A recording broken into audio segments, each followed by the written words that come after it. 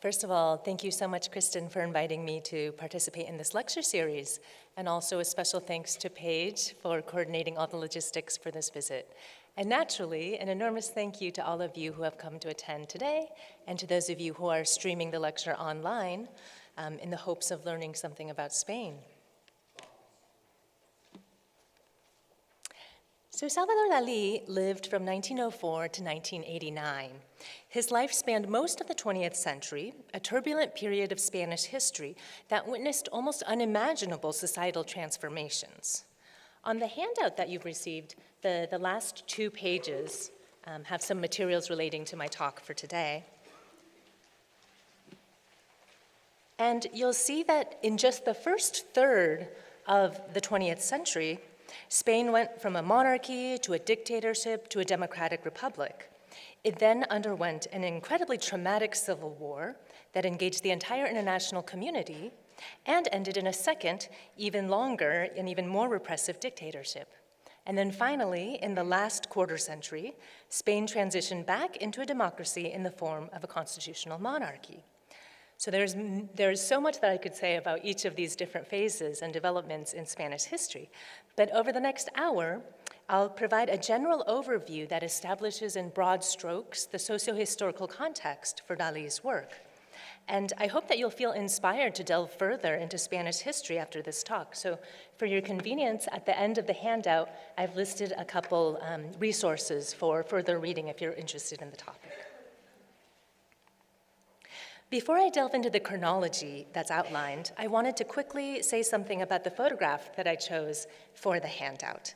This photograph captures the exhilaration on the streets of Madrid on April 14th of 1931 at the proclamation of the Second Spanish Republic. This photo immortalizes a young, there we have this young lieutenant, Pedro Molino Diaz, who was 26 at the time of this photo, who had spontaneously jumped on top of a truck to raise the Republican flag in this kind of spontaneous, unplanned act of celebration.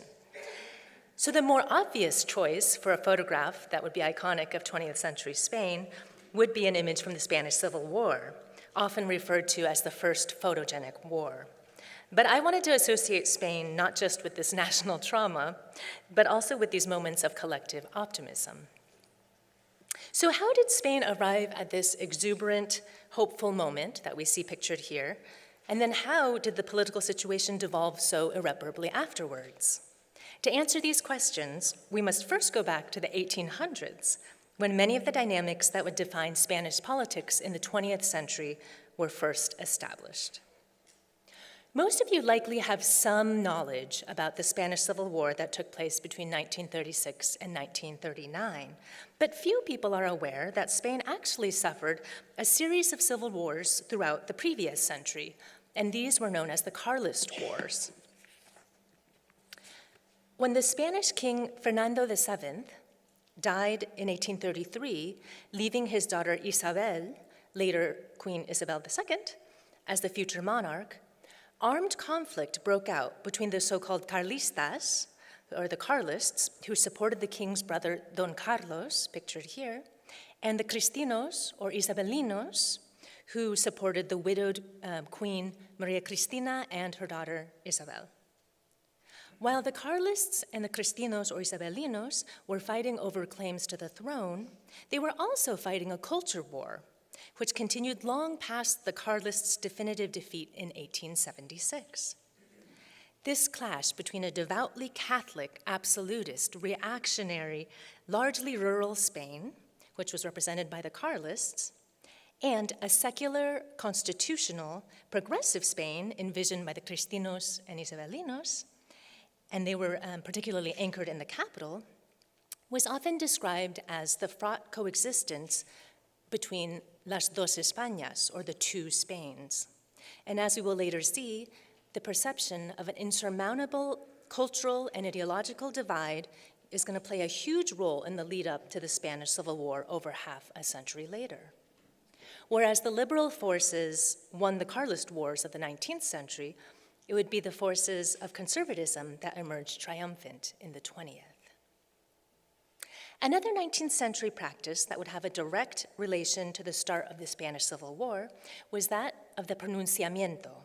So the pronunciamiento was this practice whereby military officers would publicly declare their opposition to the existing regime, and they would call upon the populace to also abandon support of the existing government.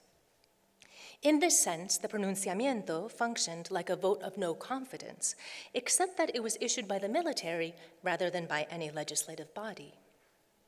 The 19th century saw three particularly impactful pronunciamientos. The first one was in 1820.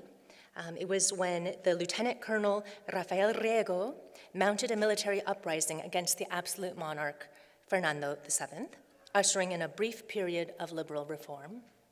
The second particularly influential pronunciamiento was in 1868, when the generals Juan Prim and Francisco Serrano, and the individual we see featured here, this is a rendering of Juan Prim. So Juan Prim and Francisco Serrano deposed Isabel II, who had grown increasingly unpopular with time, and they ushered in what was called the Glorious Revolution. And finally, in 1874, when the General Arsenio Martínez Campos ended the First Spanish Republic and he restored the Bourbon monarchy. It's important to note that the pronunciamiento was a political maneuver employed by both the right and the left throughout this period with minimal violence. However, this precedent for military intervention in government affairs would take a calamitous turn in 1936. Going back to the pronunciamiento of 1874, this marked the beginning of what is known as the Restoration period, from 1874 through 1931. Undoing the work of the previous pronunciamiento that had deposed the Queen Isabel II, the pronunciamiento of 1874 restored the Bourbon monarchy in the person of Isabel's son, which was Alfonso XII, who's pictured here. However, Alfonso died quite young, at the age of 27, and he left a pregnant wife, Maria Cristina, on the throne. She would become the queen regent until her son came of age and was crowned Alfonso XIII in 1902. So the start of the 20th century begins in the Restoration period with the reign of Alfonso XIII. Compared to the tumultuous politics of the 19th century, or the first two-thirds of the 19th century, the early Restoration period was one of relative peace and stability for Spain. And this was thanks in large part to the leadership of one man. Here we see him pictured. This is Antonio Cánovas del Castillo. They think of him as the architect of the Restoration because he was kind of the mastermind behind the restoration of the Bourbon monarchy. And he would then go on to serve 6 non-consecutive terms as Prime Minister of Spain, ending with his assassination by an Italian anarchist in 1897.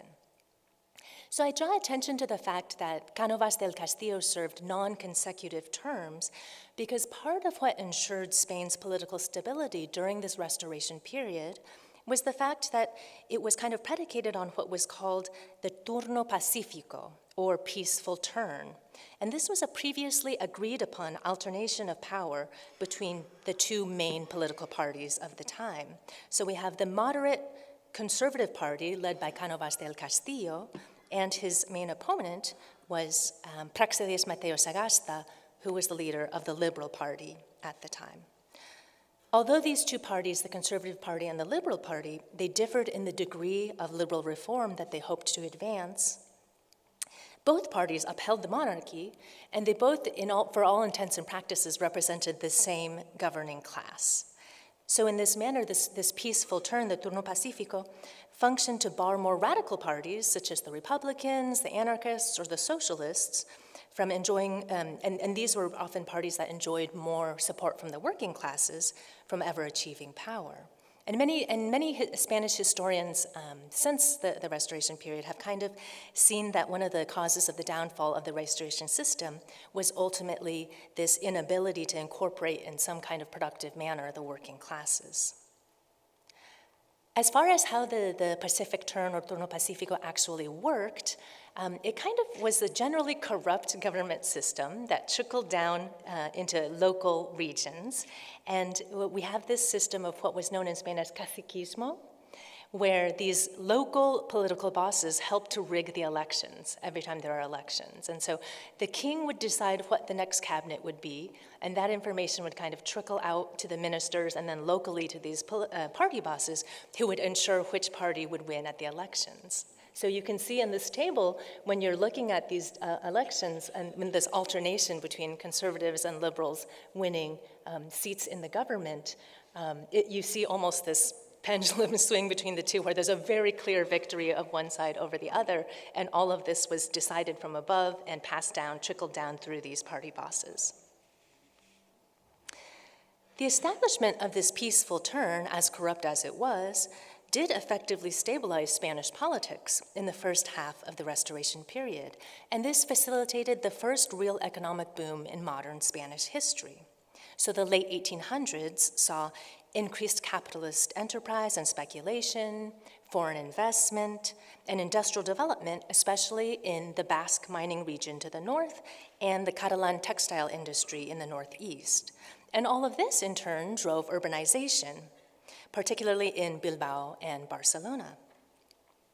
However, as you might expect, this peaceful turn became increasingly strained, and its artificiality grew increasingly more evident as the century neared its end. And this was partially due to kind of a new set of political concerns that were gaining prominence on the national stage, including labor problems that ranged from miners' strikes to anarchist violence in the late 1800s. There was the emergence of political nationalisms, for example, the case of Catalonia, and also colonial conflicts abroad.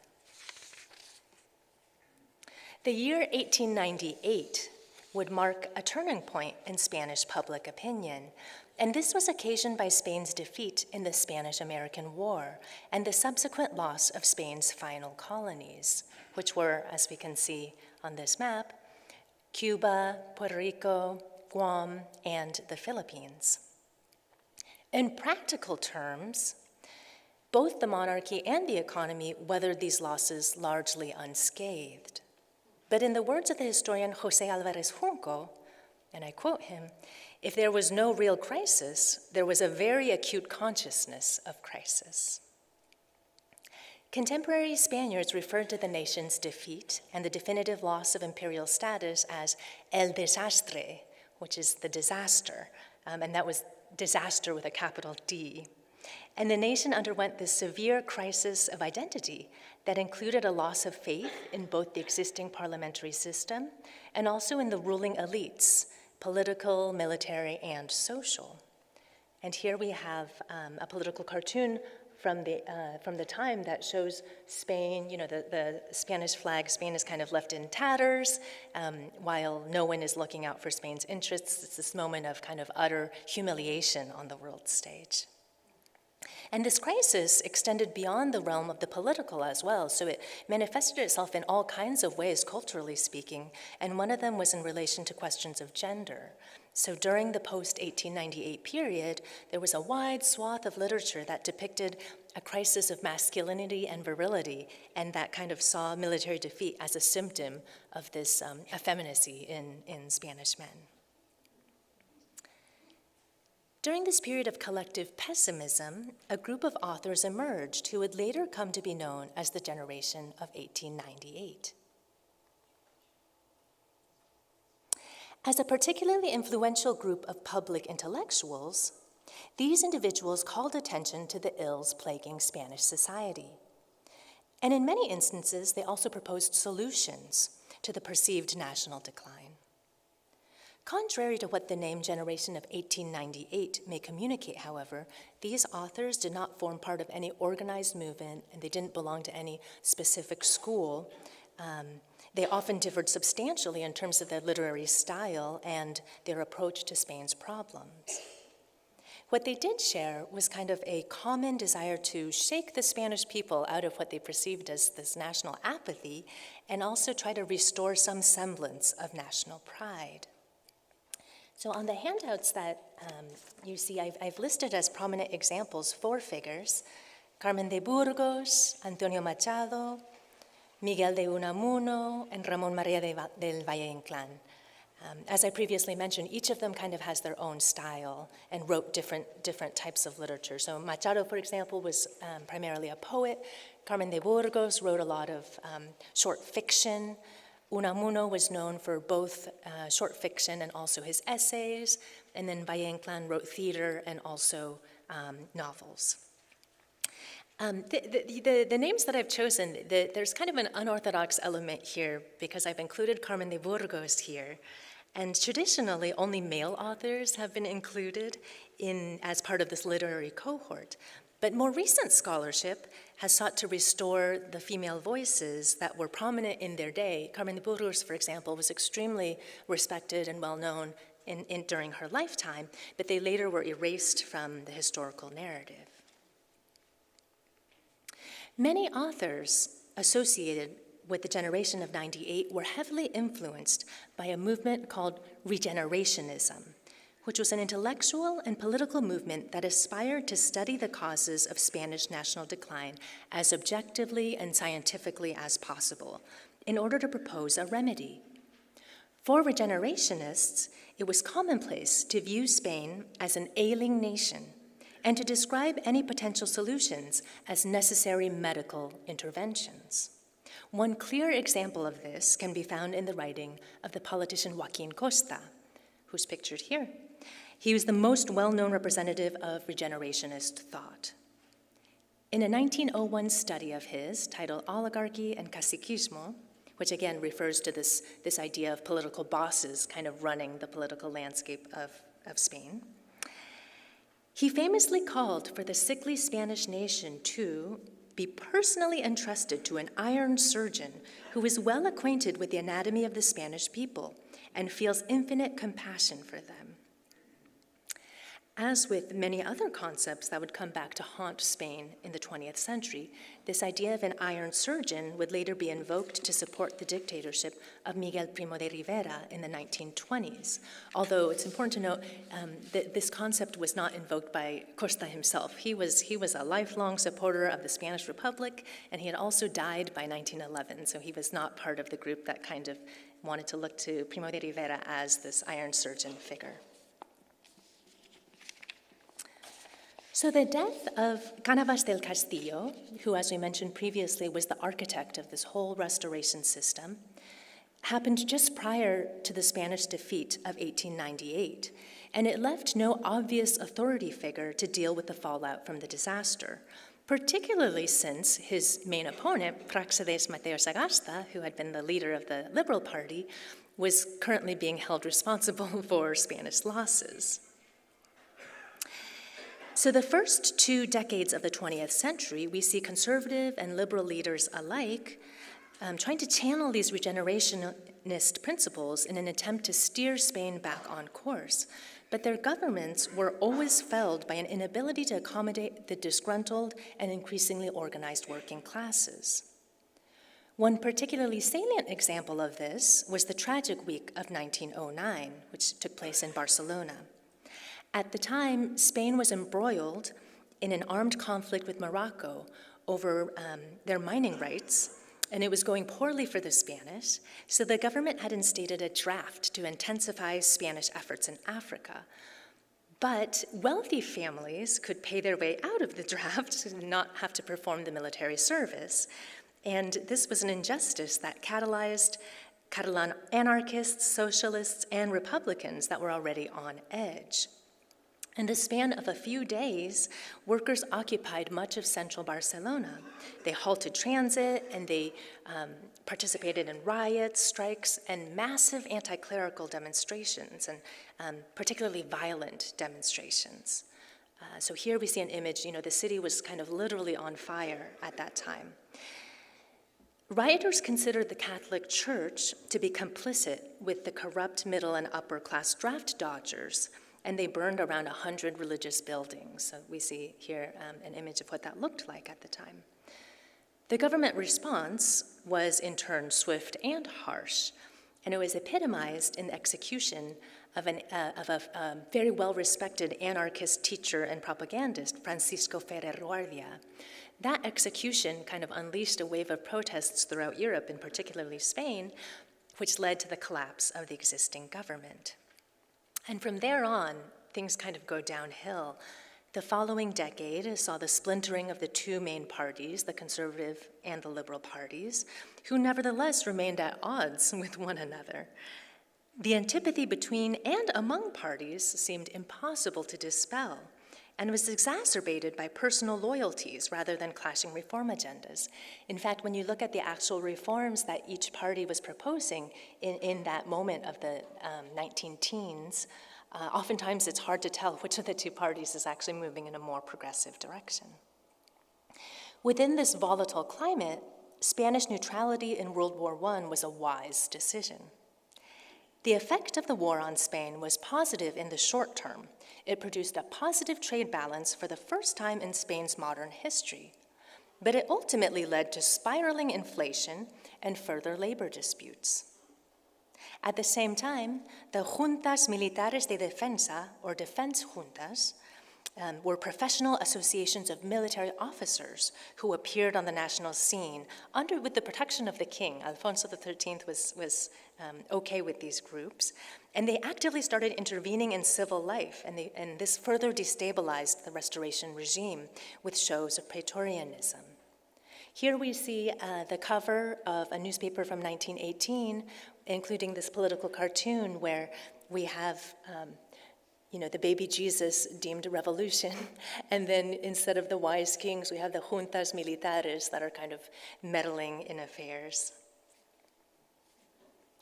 Putting an end to a period associated with endless political infighting, General Miguel Primo de Rivera took over the Spanish government with the consent of the King Alfonso XIII in September of 1823, and this broke a 50-year streak of legal civilian government free from pronunciamientos.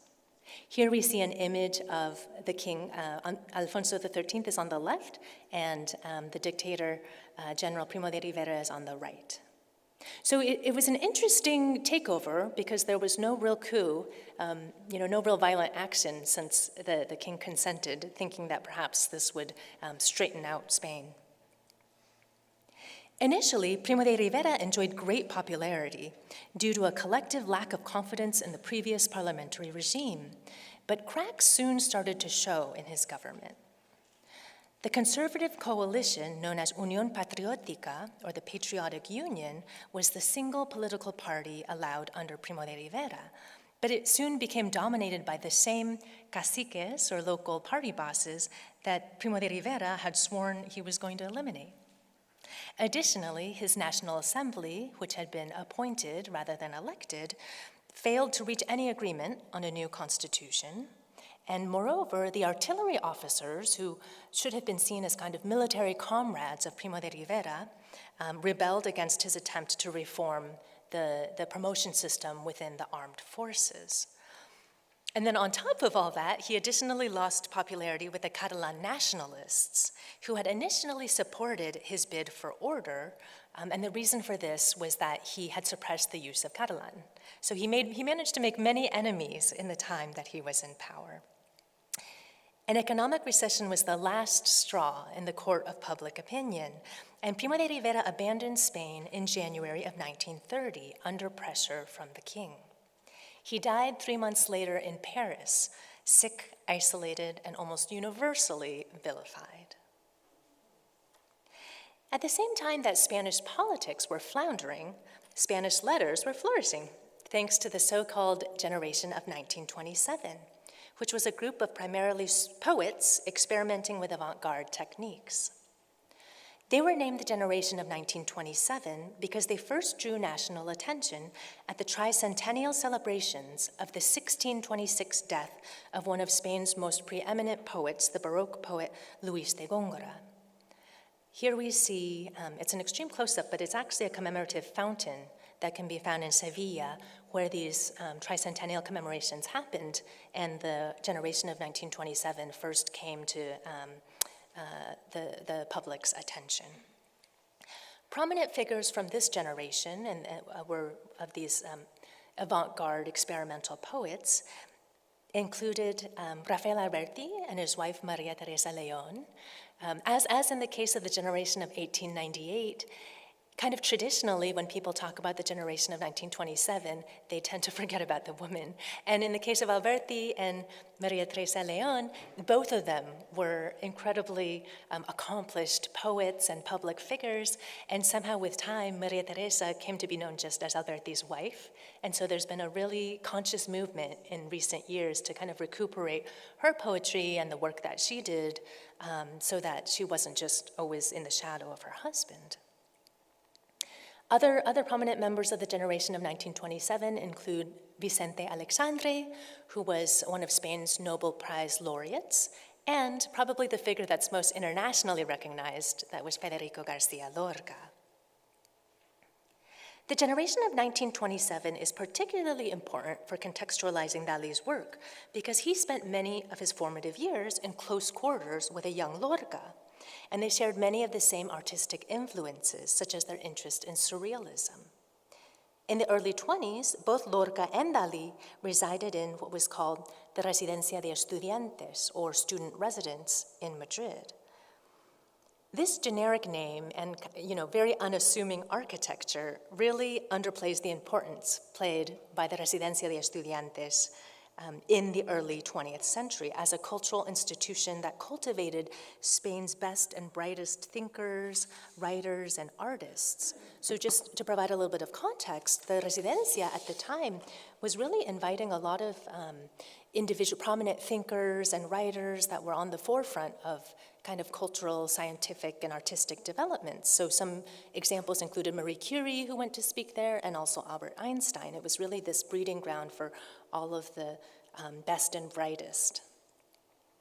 There's a 2008 film called, the English title is Little Ashes. This is the Spanish movie poster, which explores Dalí's time at the Residencia de Estudiantes, and it really sensationalizes the supposed love triangle between Lorca, Dalí, and Luis Buñuel, who was a famed surrealist filmmaker that will be discussed in one of the later lectures this season. So on October 16th, there's a lecture, Dalí's Surrealism and Film, that will kind of delve into Buñuel and the mutual influences between Buñuel and Dalí.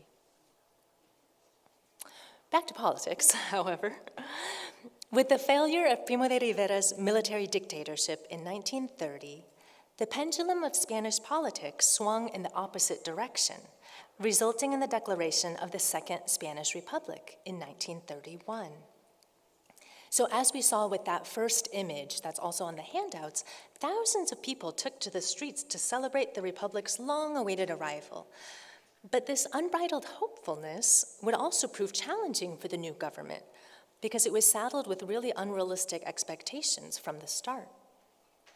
Major items on the Republican agenda included the secularization of Spanish society, particularly the education system. There was a big drive to separate church and state, a radical redistribution of wealth via agrarian reform, and finally, the subjugation of the armed forces, in part through a reduction of the officer corps. So as we've seen throughout the 19th and early 20th century, the military had played such a prominent role, and there was this marked attempt to kind of pare back the role that they could play in Spanish society.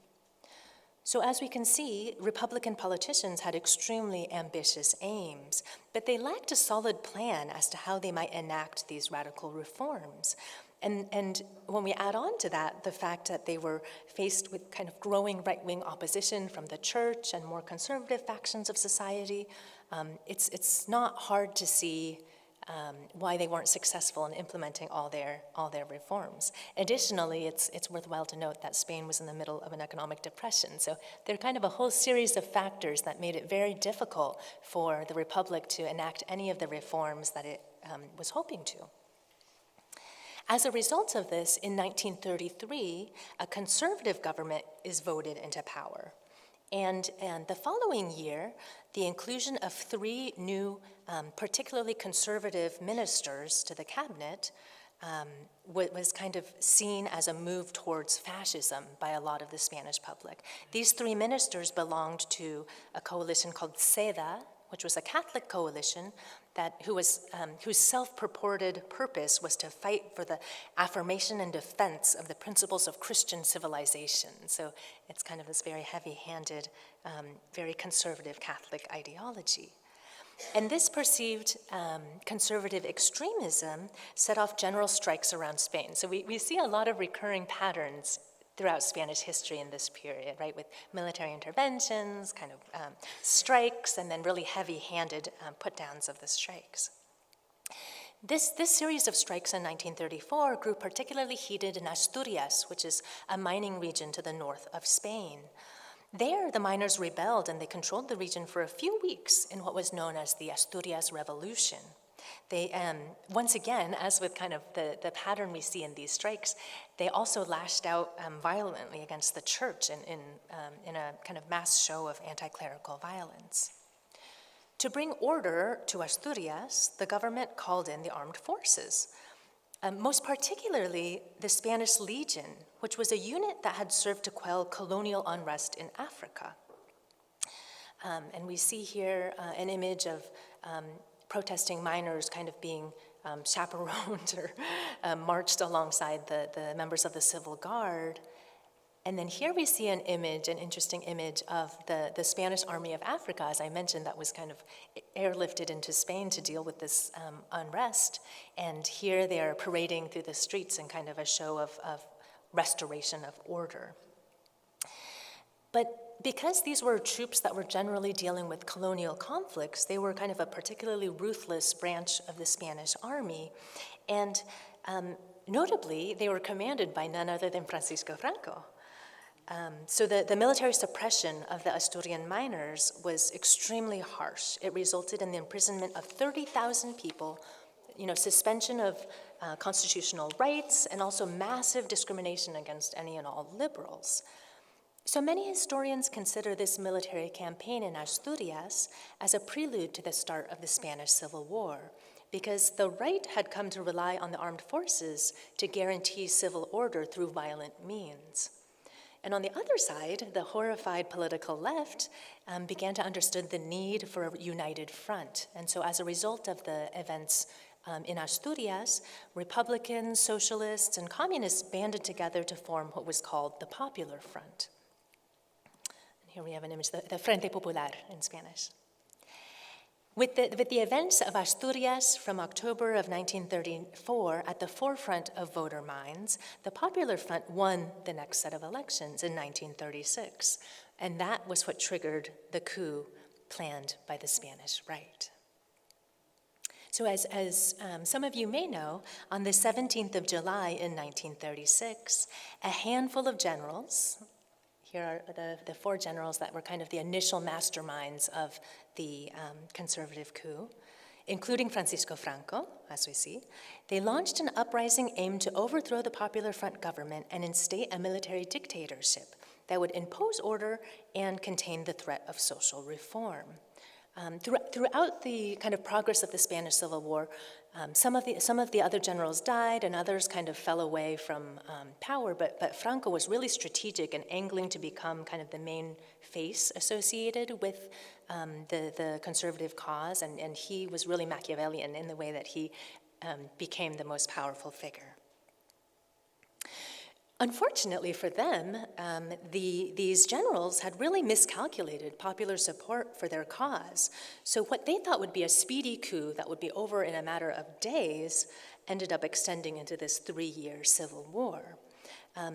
In part because the initial military uprisings of the 17th and 18th of July were immediately met by resistance in most of Spain's major cities. And this was bolstered by the fact that the Republican government made a snap decision to arm leftist political and labor organizations as a means of defense. So they were kind of scrambling for defenses, but they were fairly effective in stopping the coup in its tracks at the time. Generally speaking, the two sides of the war mapped rather neatly onto the two Spains that I mentioned previously in reference to the Carlist Wars. And this can be seen if we look, for example, at some of the examples of propaganda posters. For those that have an interest in kind of propaganda art. You can find online enormous collections of propaganda posters from the Spanish Civil War, which are particularly interesting because they often reflect many of the same avant-garde techniques that we see amongst the artists of this period, like, Cubist techniques, there's the use of photo montage, but a lot of the kind of most innovative artistic techniques are on display in the propaganda artwork. On the left, we see a propaganda poster from the self-styled nationalists, who were the group that had begun the military uprising. So they were led by the military, and they were supported by reactionary forces. So this included former Carlists, this included those belonging to Spain's fascist party, the Falange. This included landowning elites, and of course the Catholic Church, which officially stood on the side of Franco. It also included many individuals that lived in small towns in rural Spain who weren't necessarily particularly political, but whose kind of daily lives revolved around the church. So for them, Catholicism is really a key part of their daily communal life, and because of that reason, they ended up aligning with the nationalists. This poster shows the fascist salute, right, of the raised open palm, and it declares, this is España fue, es y será inmortal, which means Spain was, is, and will be immortal, in kind of a make Spain great again type of slogan, right? Like, Spain used to be amazing and historically so powerful, and we will bring Spain back to that former glory. On the right, we see a poster that represents some factions of the Republican side. So the Republican side, unlike the nationalist side, united really an incredibly diverse group of supporters of the Spanish Republic and opponents to fascism. So this included communists, socialists, anarchists, organized labor, regionalists that were seeking more regional autonomy in Catalonia or the Basque region, and a great deal of the academic and artistic community of the time. This poster in particular was commissioned by the anarchist groups CNT and the FAI, and it says, "Camarada, trabaja y lucha por la revolución," which means, comrade, work and fight for the revolution.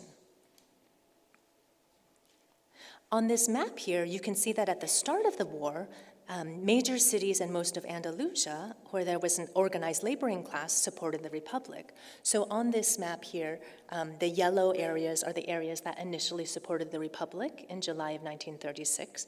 As I previously mentioned, major cities, so Madrid, Barcelona, Bilbao, Valencia, most of the major industrialized centers of Spain supported the Republic, as well as Andalusia, where there's this organized laboring class. And then most of the support for the nationalists comes from these more rural areas of the center north.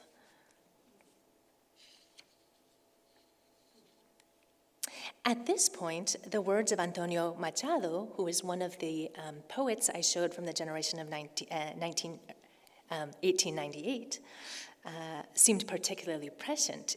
As early as 1912, he published this collection of poetry, and one of the poems is famous for talking about this idea of the two Spains. And that poem ends with these lines. It says, "Little Spaniard who comes into the world, may God protect you. One of the two Spains will freeze your heart." For an internal conflict, the Spanish Civil War had an extraordinary international reach. At the start of the war, 27 European countries, including England, France, Germany, and Italy, agreed to a pact of non-intervention, in fear that the war in Spain might escalate into a larger global conflict of the likes they had just experienced in World War I. On August 5th of 1936, a political cartoonist named David Lowe from New Zealand published a cartoon titled "Correct Attitudes in Spain," which we can see here. In the image, we see this man lying on the ground, and his pants say "democracy," and he's being attacked by two men, one of whom wears a shirt that says "Army Fascism," and the other has a hat that says "Fascist Intervention." And here in the background, we see the British Prime Minister Anthony Eden, here, and then to the left is the French Premier Léon Blum. And the British Prime Minister is saying, Here, I say, fair play. You shouldn't encourage the aggressor, you know. After all, my friend and I aren't trying to help his victim. So as we can see from this political cartoon, Great Britain and France honored the Pact of Non-Intervention, and we can talk later, but there are a number of reasons for this. But on the other side, Italy and Germany had no qualms about supporting Franco in pretty obvious, blatant ways, with supplying him with troops, with arms, with military strategy, and their idea was kind of that they would upset the balance of power in Europe and create a kind of potential fascist alliance. So we see to the left, Franco, Hitler, and then Mussolini. In fact, German aircraft were largely responsible for the bombing of Guernica, which here's an image of the bombing of Guernica, which was a Basque city to the north of Spain that had really no strategic importance. This was at the behest of Franco, of course, and it killed or wounded a third of the population there. So the Spanish Civil War was the first war in which civilian centers with no strategic importance were expressly attacked via aerial bombardment. And it was also a way for the German and Italian forces to practice out some of their techniques that they would later be using in the Second World War. Of course, the bombing of Guernica was immortalized in Picasso's painting of the same name, Guernica, which was created to be displayed in the Spanish Pavilion in the 1937 World Fair. For those of you who haven't had the great luck of traveling to Spain to see Guernica in the Reina Sofia Museum, Guernica is enormous. It occupies an entire wall. Here we see what it looked like within the Spanish Pavilion during the World Fair. So it takes up this whole wall. And the Republican government had hoped that the painting would garner international support for the Republican cause. Just as a side note, there's a replica of Guernica that hangs in the UN in New York. And as an interesting anecdote, in 2003, when Secretary of State Colin Powell was giving a speech to kind of justify why we needed to invade Iraq, they covered Guernica, supposedly for restoration purposes, although I'm sure we can surmise, some ideological reasons for that. Unfortunately, the Republic was ultimately unsuccessful in its bid for international support, and only the Soviet Union provided official aid out of fear of German and Italian aggression. Beyond any official state aid, however, the Republic did count on the support of the international brigades, which was a group of kind of up to 35,000 volunteers from all over the world who enlisted as private civilians to fight what they saw as the good fight. The brigadiers were often individuals who were victims of fascist regimes in their own country. So that was the case of a lot of the international brigades that were coming, for example, from Poland. And because they were all volunteer forces, they were organized by Comintern, which kind of came in and helped to create some structure. Unfortunately, because the international brigades were organized with help from Comintern, this kind of fed into this international narrative of the Republican Spain being at the brink of a communist takeover. And this had really lasting repercussions. In the case of the US, for example, the American brigadiers who fought in the Spanish Civil War, when they returned to the US, many of them later faced discrimination back home during the McCarthy era, when their support of the Spanish Republic was then cast as kind of communist sympathy. But the story of the international brigades is really amazing and moving. And as one example, the Abraham Lincoln Brigade was a regiment of the international brigades consisting of 3,015 volunteers from the US. And it was historic because it was the first non-segregated military unit in the history of the US. So the very first time that black and white soldiers were fighting together from the US didn't occur in the US, but rather happened in Spain. And within the Abraham Lincoln Brigades, there were 90 black soldiers whose presence is actually really unsurprising, considering that Langston Hughes, for example, once famously quoted that if you give Franco a hood, he would be a member of the KKK. So there's kind of this idea of a universal fight against oppressive forces. Here we see a larger image of this monument to the Abraham Lincoln Brigade, which is located in San Francisco. It's on the Embarcadero. Aside from volunteer combatants, a number of foreign individuals also traveled to Spain to document the fight. And this happened in many ways. So, for example, via literature, we have the famous examples of George Orwell and Ernest Hemingway, who traveled to Spain and wrote about their experiences and what they witnessed here. There were also a huge number of international participants who traveled to Spain to document the war via photography.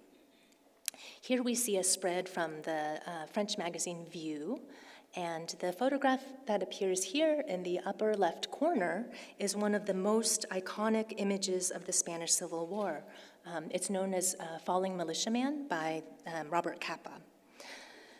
I mentioned previously that the Spanish Civil War was deemed the first photogenic war, and this was because the technology of photography had improved just in time so that cameras were small enough and portable enough to be carried to the front and to accompany troops in their movement, and also that cameras could shoot pictures in rapid enough succession to catch some of the action of the war. What many of these international volunteers grasped was that the Spanish Civil War was a war of ideology. So each side fervently believed that it was defending Spain from the enemy. It just depended on who you saw as the enemy, whether it was a fascist enemy or a communist enemy. And this idea that both sides shared, that they were really the defensors of Spain, is kind of clear when you look at some of the wartime propaganda, where the iconography on the two sides sometimes is really similar. So as an example, I've put side by side two posters where, just the image and the fonts are almost identical, right? But here you have a Republican poster that shows El Generalissimo. That was the name for Franco, like the most generally general, the supreme general. And we have him kind of represented as a skeleton, right? He has Nazi insignia, and behind him, upholding him, we have these various military forces and the church. And then the other poster is a poster from the Francoist side, which is portraying communism as the great threat to the Spanish nation. So here we have a very similar figure that's also represented as a skeleton, but that's communism, and it says, "Communism sows death. Franco defeats it on the battlefield." So in both cases, we have this idea of helping to preserve Spain against this onslaught of, enemy corrupting forces. Nevertheless, the Republican and nationalist sides stood on really opposing sides of a very real ideological divide. And this becomes really clear when we look at any particular issue. So to take as an example the issue of women and women's rights and the role of women, when we look at what was happening in the two camps, we see a really stark difference. On the Republican side, women's participation in the war ran the gamut from fighting on the front as militia women, to working in factories, taking over the factory jobs that were vacated by the men who were off fighting in the war, to even rallying civilian support as political leaders. So we see some examples here. We have, the truth is that there weren't that many militia women fighting on the Republican side, but there were militia women, and the images of them were kind of heavily publicized. One example of a famous militia woman was Rosario Sanchez Mora, known as La Dinamitera, or the dynamiter, because she famously lost a hand creating bombs for the Republican side. And as I mentioned previously, the Republican side also counted on very prominent female ministers in the government and leaders of political parties. So one example here is Dolores Ibarruri. She was known as La Pasionaria, or the Passion Flower, and she was one of the most prominent leaders of the Communist Party in Spain, who was hugely influential in kind of keeping up Republican morale during the war. She's famous for popularizing the slogan, "No pasarán," they shall not pass, and defending Madrid during the onslaught of the nationalist forces. On the other side, right, when we look at what the role of women was on the nationalist side, it looks very different. So women on the nationalist side, often followed the directives of what was called the sección femenina, or the female section, and that was the women's branch of the fascist political movement. The sección femenina was founded by the woman pictured here, Pilar Primo de Rivera, and if her name sounds familiar, that's because she was the daughter of the former dictator Miguel Primo de Rivera, and she was also the sister of the gentleman pictured to the right, who's José Antonio Primo de Rivera, the founder of the fascist political organization La Falange.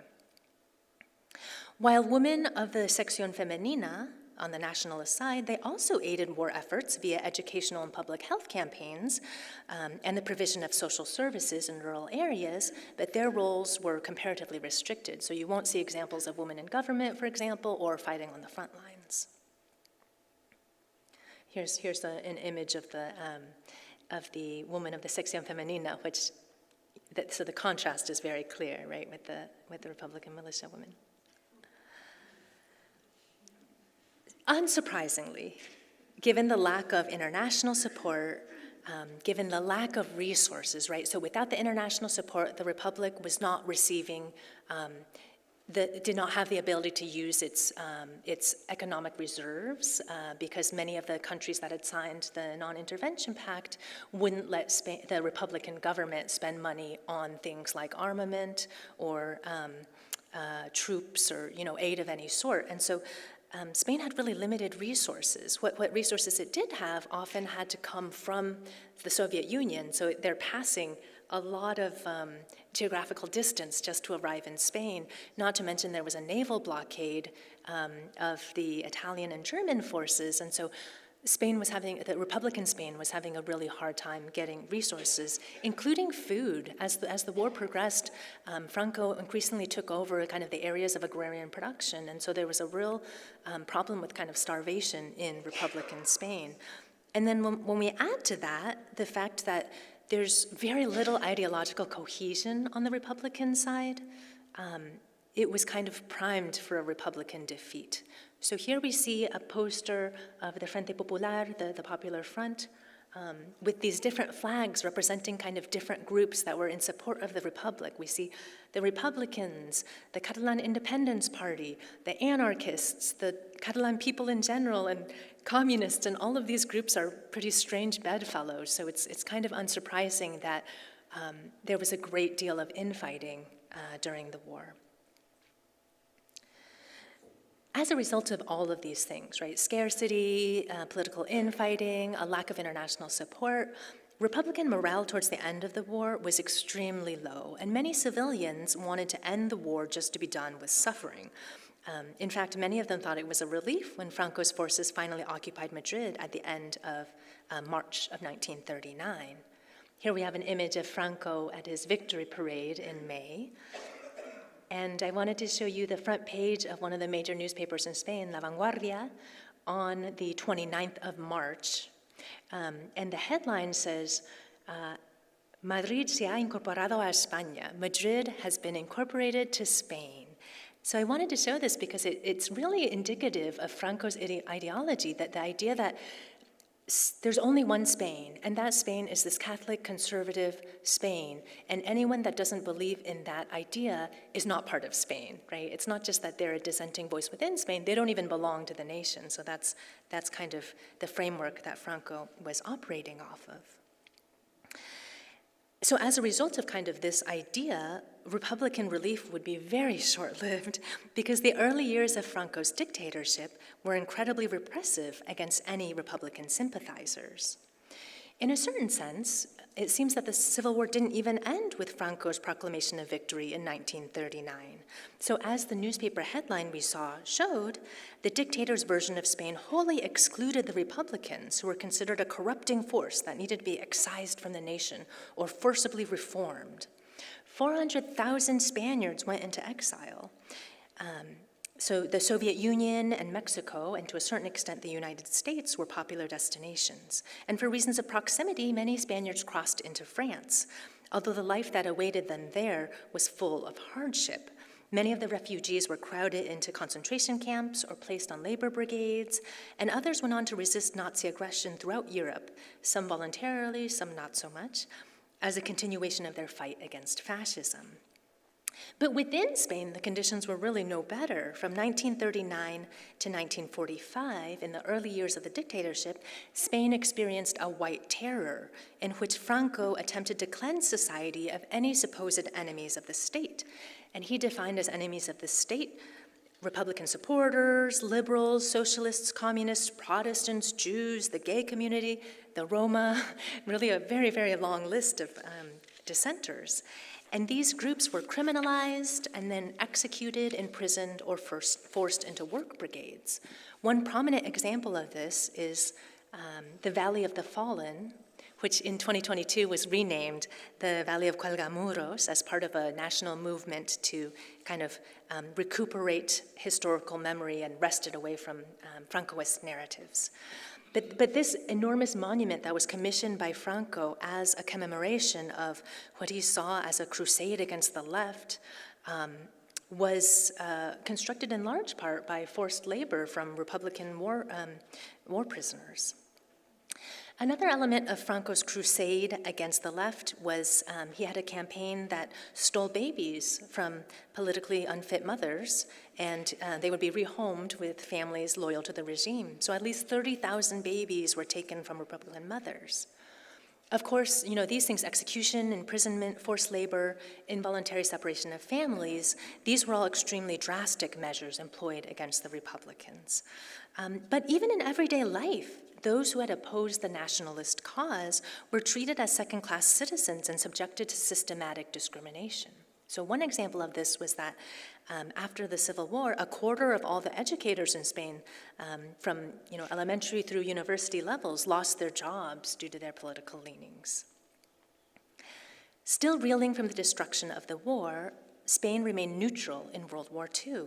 And after the war, the Allies chose not to intervene against Franco because many actually viewed Franco's repressive regime to at least guarantee order, which they thought was preferable to the chaos of a potential communist takeover. But at the same time, Spain was internationally ostracized. Ambassadors were recalled from Spanish posts. Spain was excluded from the United Nations, and the nation was disqualified from receiving any aid under the Marshall Plan of 1948. It wouldn't be until the Cold War, when Franco refashioned his regime as a bastion against communist aggression, that diplomatic relations were restored. In 1953, Spain and the US signed an agreement granting us the ability to build a number of military bases in Spain in return for US aid in jump-starting the Spanish economy and modernizing the military. Here we have an image of a meeting between Franco and Eisenhower in 1959. After the extreme repression of the immediate post-war years, Spanish life was very much, what you might expect in a one-party state that was also internationally isolated. Spain had one official political party and a strong apparatus of state vigilance and censorship. Culturally, the country was extremely conservative, and all forms of individual or collective expression were tightly controlled. Regional languages like Basque or Catalan were banned, education was back in the hands of the Catholic Church, and women were back in the home, supporting traditional patriarchal family structures. Until the 1950s, with kind of the increased international support I mentioned previously, the Spanish economy was marked by scarcity because it was really operating in this vacuum. Here we see an image of some of the rationing cards that were distributed during the Francoist regime. And there was also a massive migrant workforce that sought employment abroad, principally in France and Germany, and the remittances they sent back to Spain also played a huge role in stimulating the Spanish economy. Economically, things started to change for the better in the 1950s. The increased foreign aid and economic liberalization under technocratic ministers helped to enable what was known as the Spanish miracle, which was rapid economic growth between 1960s and the early 1970s.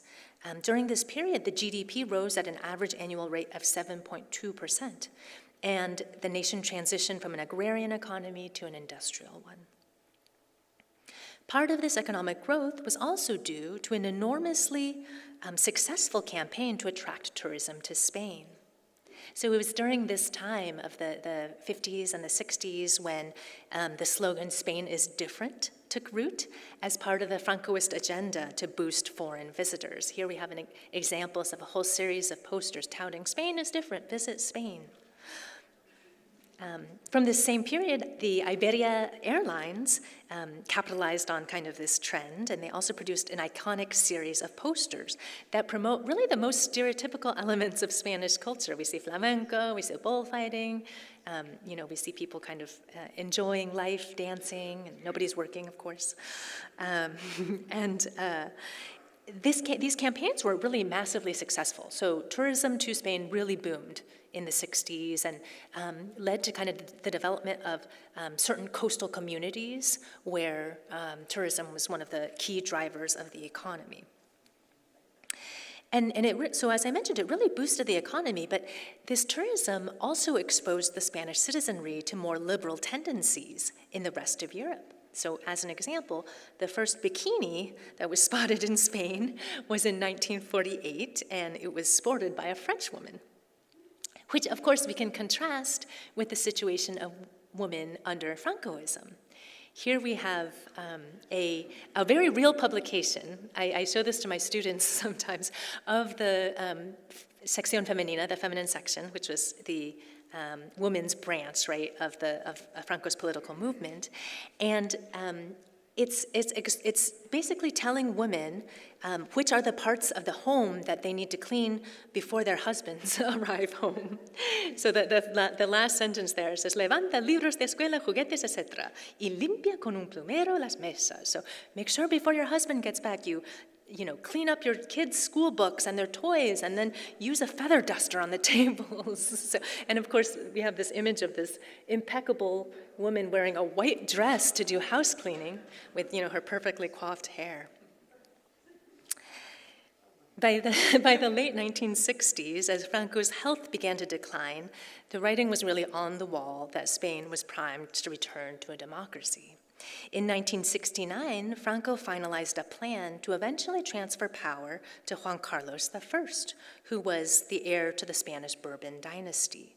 He had been handpicked by Franco and educated in accordance with kind of a plan that Franco laid out. And in 1969, Juan Carlos swore allegiance to Franco and his political movement. So here we see an image of the young Juan Carlos.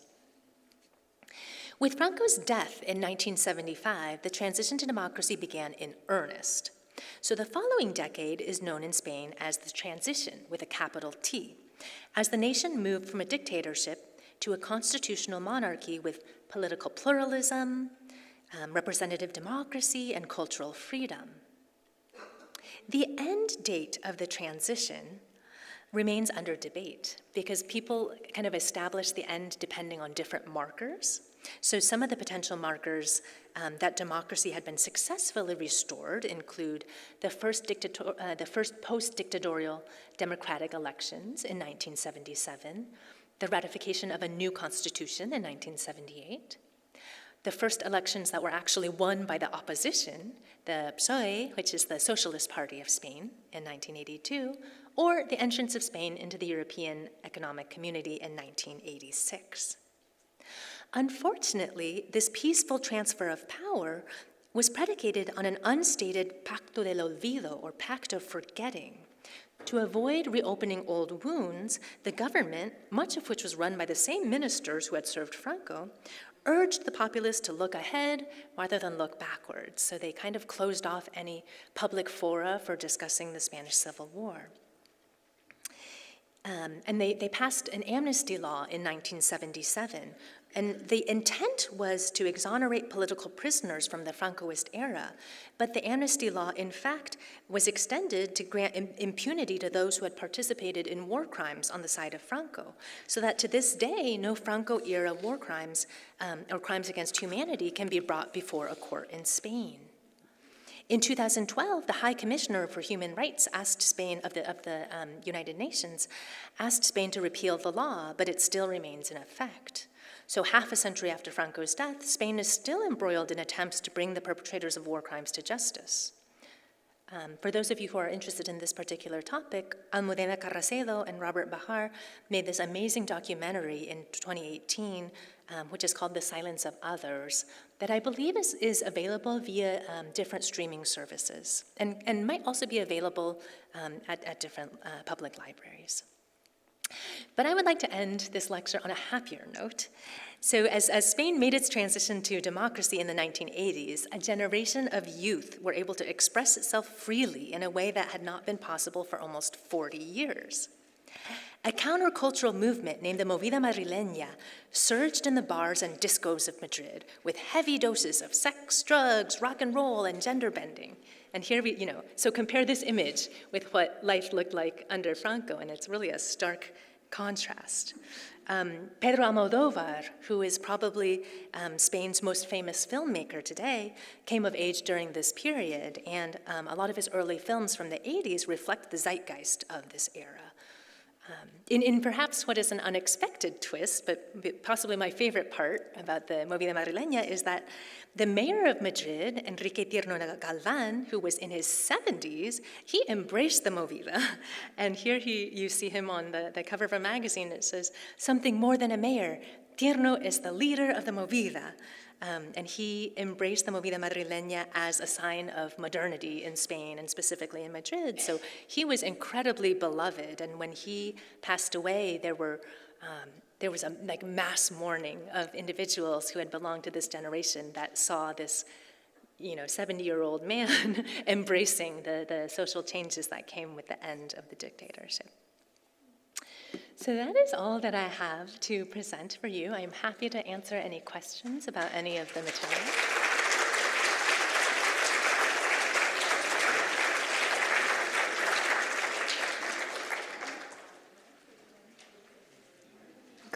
I have a microphone over here for anybody who has a question. If you raise your hand, I will bring it over to you.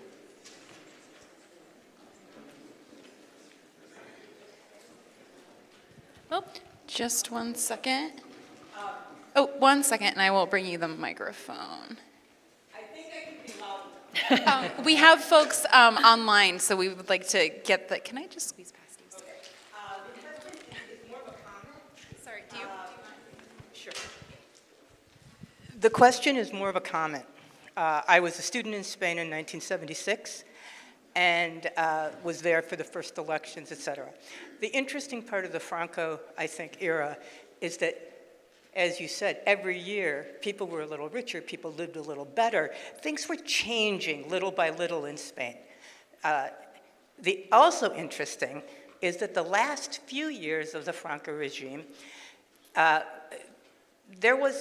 it didn't improve. And there was a sequía, there was a dry spell in Spain. And I think you'd be interested in what was written on the walls of the Moncloa. It's a government building in Madrid, sort of near the university. And it said, "Con Franco llovía." It was after his death. With Franco, it used to rain. So it was an interesting comment at the time, looking back at that time and what maybe was ahead. This person wasn't too optimistic, obviously, but I just found the graffiti to be most interesting for that period. It's also interesting what you say kind of about things improving little by little, right? The immediate post-war years were marked by enormous scarcity. When you look at the literature of the period, for example, one of the common themes is always starvation and hunger. And in fact, there are a lot of studies because cinema was hugely popular in Spain, like during the dictatorship. And there are actually a lot of studies that show, when people were interviewed, that they said that going to the movies was their way of forgetting that they were hungry. And so, conditions were really stark at first, but they were improving. And then, with the Spanish miracle, even today, there are some individuals in Spain that think, no, Franco was great for Spain. Like, he managed to uplift the economy. He did all these things that were impossible previously and really brought order to the state and modernized the country. And so it's still an incredibly fraught topic of discussion in public fora.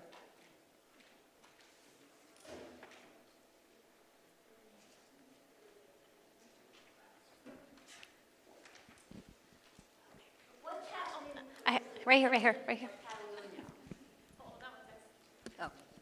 What is happening now with the secession of Catalonia? It was, last time I was in Spain, maybe 2017, it was everywhere. Yeah, so the short answer is kind of nothing at present. They are not seceding, and it's kind of, more than anything, generated a lot of rhetoric, right? There's a lot of public debate, and as you kind of hopefully got some glimpses of through this talk, Catalonia has really historic kind of claims to some independence, and there's a lot of sentiment that Catalonia has always been one of the more industrialized areas of Spain, and in different historic periods there's been like resentment that they were like kind of single-handedly upholding the whole Spanish economy, right? They have also different culture, different language, different artistic traditions, much of which was repressed during the dictatorship. And so there are all these historic reasons kind of why this movement for independence has come to the fore. I mean, in all honesty, I doubt that there will be Catalan independence in the near future, at least, right? But it has reawakened a lot of these historical sentiments of kind of disgruntlement and the sense that Catalonia never belonged to this authoritarian, dictatorial version of Spain.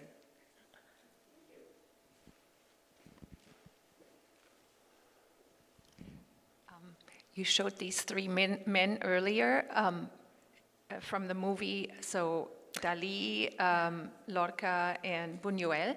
Yes. What did these three men do during I think Buñuel was Mexican, I think? Well, not sure.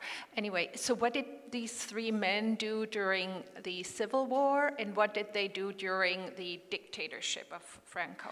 So the case of Lorca is probably the one that I'm most familiar with because he was assassinated at the start of the Spanish Civil War by individuals on the nationalist side. And it's kind of unclear because Lorca was very politically left-leaning, and he was also gay. And so it remains to this day kind of unclear whether he was assassinated for personal or political reasons, or I suppose the personal was political at the time, right? And his remains have still not been located.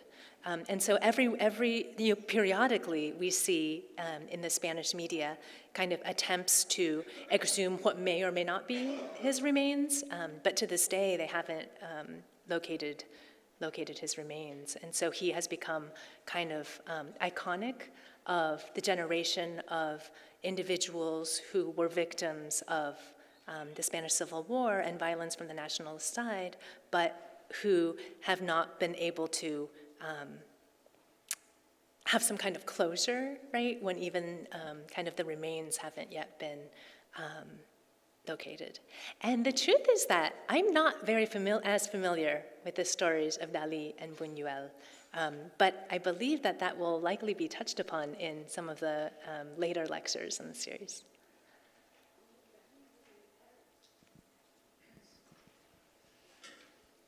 All right, thank you so much for the wonderful lecture, and thank you so much for joining us here today. Thank you so much.